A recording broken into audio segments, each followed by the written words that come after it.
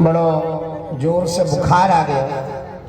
बुखार इतना तेज હતો कि पूछो ना, कब आंखी बंद भई पता ही नहीं लगा।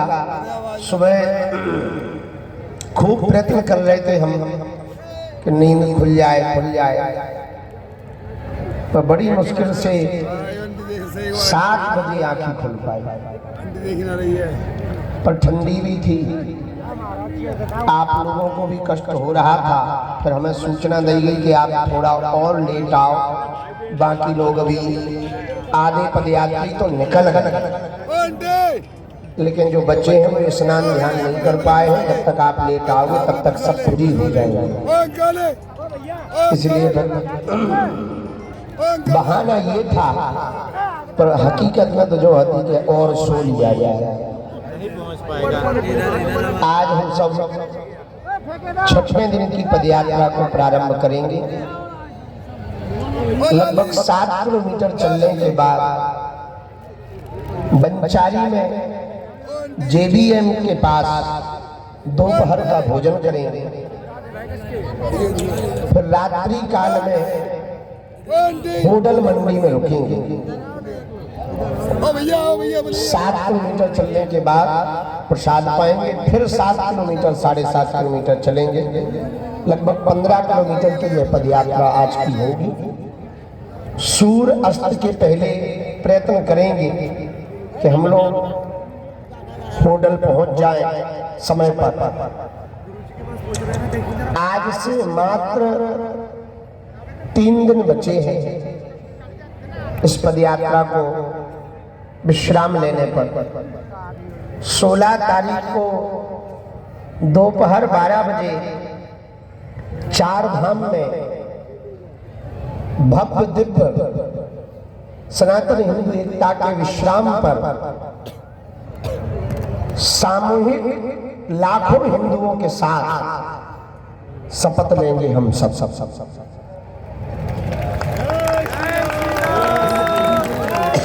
आज की पदयात्रा के प्रारंभ में ही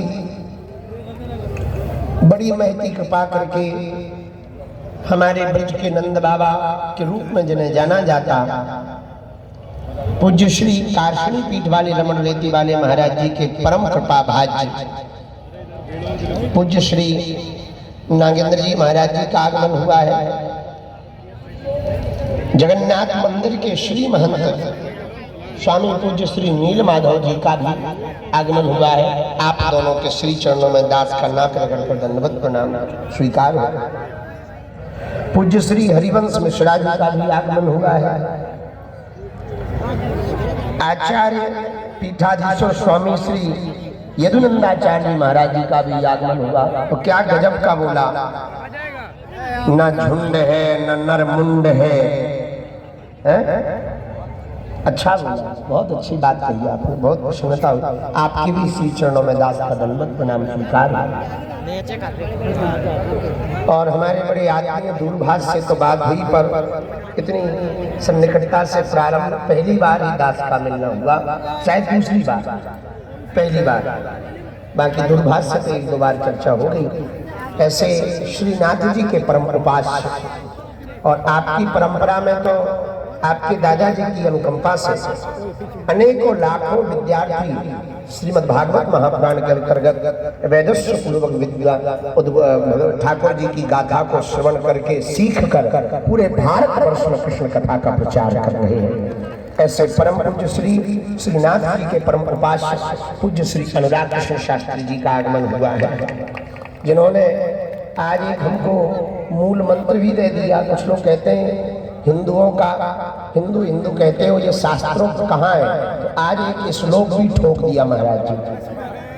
तो अब कहीं भी विद्वानों में जाएंगे तो अपन प्रमाण ठोक दिया करेंगे। वो हमने चिट्ठी पे लिखवा भी दिया कि हमें ये दे दो, काम आएगा कहीं तीर मारने के।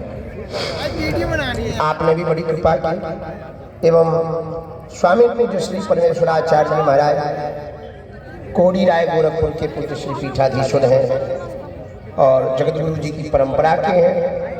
रामानुजी परंपरा के आचार्य महाराज श्री का भी आगमन होगा। आपके भी श्री चरणों में दास का दंडवत प्रणाम स्वीकार हो। यहाँ के सभी विद्वज्जन पूज्य महंत राजूदास जी महाराज और वरिष्ठजन आचार्य, यहाँ के राजपीठ के विधायक जी, और जिनकी जमीन में हम कल से कब्जा किए हैं वो प्रधान जी,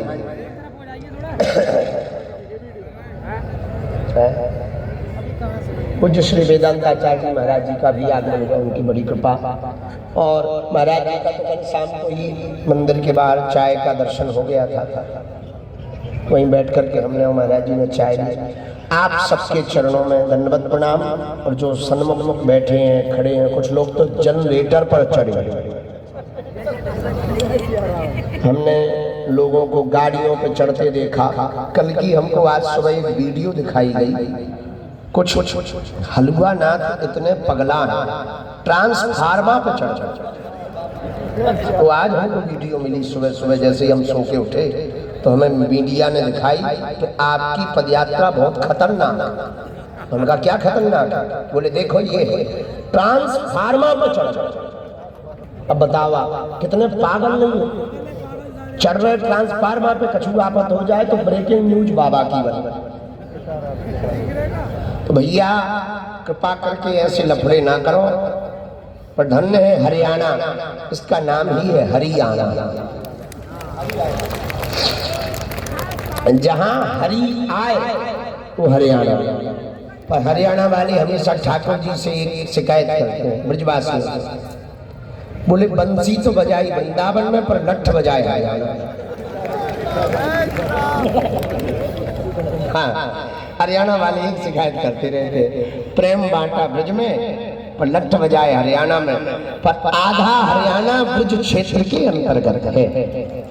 अभी भी हम लोग ब्रज में बैठे हैं, ज्यों ज्यों ब्रज और बांके बिहारी नजदीक आ रहे त्यों तो प्रेम और रस बढ़ता ही चला जा रहा है। क्योंकि भक्ति की भूमि है ब्रज, श्री किशोरी जी की शक्ति की भूमि है ब्रज, प्रेम की भूमि है ब्रज। जहाँ रज रानी है, राधा रानी है, यमुना महारानी है, ऐसी भूमि है ब्रज। क्या कहें भैया। और हमारे पूज्य मलुपीठ वाले महाराज जी एक बात कहते थे, तो कोई ब्रजवासी किसी अन्य जगह के रहने वाले व्यक्ति को अपना बना ले तो समझना ठाकुर जी ने आपको स्वीकार कर लिया।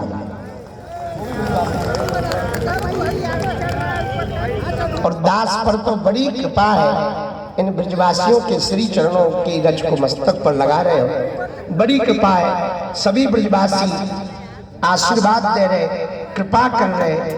हमको तो यही लग रहा ठाकुर जी ने तो स्वीकार दास को थोड़ा मोड़ा किया ही होगा, पर ब्रजवासियों ने कर लिया तो ठाकुर जी को अपने आप करना था। हम सब यमुना मैया की शुद्धि के निर्मल होने के संकल्प को लेकर ब्रज क्षेत्र मास मदरा मुक्त हो, ब्रज प्राचीन स्वरूप में बना रहे, वहां के मठ मंदिर, भारत हिंदू राष्ट्र हो, सामाजिक समरसता हो और हिंदुओं में एकता हो। इन संकल्पों को लेकर के चल रहे हैं।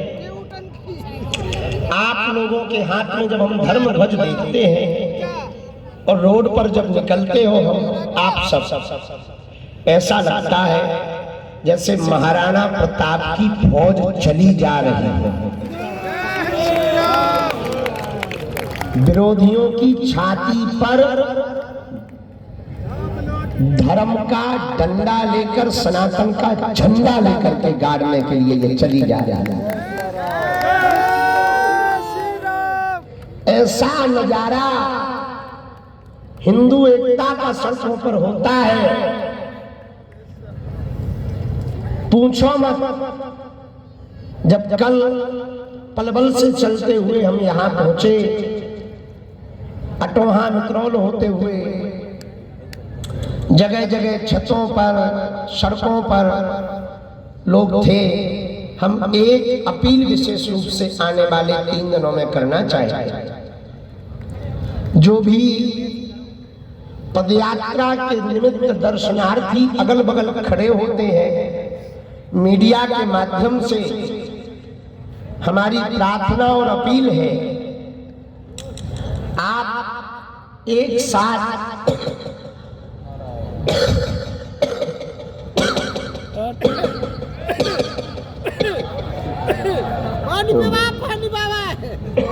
छज्जों पर ना चढ़े, छज्जे और टीन सेट गिरने का डर है,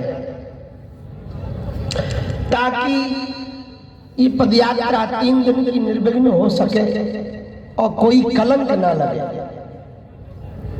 बहुत लोग छज्जों पर एक साथ चढ़ जाते हैं, इसलिए हमारी सभी से करबद्ध हाथ जोड़कर प्रार्थना है, छज्जों पर चढ़कर के पदयात्रा का दर्शन न करें। जहां जहां बैठक चौपाल सभा हुआ करे, वहां रोड के किनारे पहुंचकर दर्शन करें। दूसरा निवेदन, स्वरूप पदयात्रा का विशाल होता जा रहा, हम लोगों को अपने संकल्प और उद्देश्य से भटकना नहीं है। यहां से जाने के बाद पदयात्रा जरूर विराम हो जाए, पर विचार बदलने की यात्रा विराम नहीं होनी चाहिए।